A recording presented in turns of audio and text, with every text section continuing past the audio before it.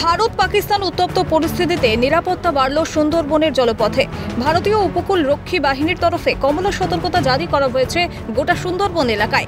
নদী এবং সমুদ্রে টহলদারি চালাচ্ছে সুন্দরবন ও ফ্রেজারগঞ্জ থানার পুলিশ। নজরদারি চালানোর সময় নদী ও মোহনাতে সন্দেহজনক কোনো নৌকা বা জলযান দেখলে জিজ্ঞাসাবাদ চলছে পুলিশের তরফে।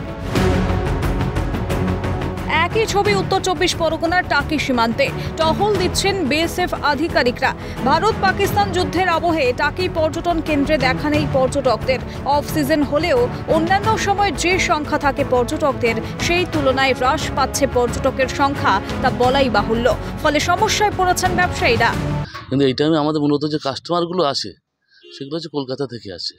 এই যে ভারত পাকিস্তানের যে যুদ্ধ শুরু হয়েছে এর ফলে আমাদের এখানে কাস্টমার শূন্য। আমাদের যে ব্যবসাদার আছে, আমরা ব্যবসায়ী হিসেবে আমরা খুব চিন্তিত আমাদের কিভাবে চলবে। এই পরিস্থিতিতে সকলের একটাই কামনা, যত তাড়াতাড়ি সম্ভব ভারতের পরিস্থিতি স্বাভাবিক হোক। সৈকত ঘোষ ও শামীম মোল্লার রিপোর্ট, ক্যালকাটা নিউজ।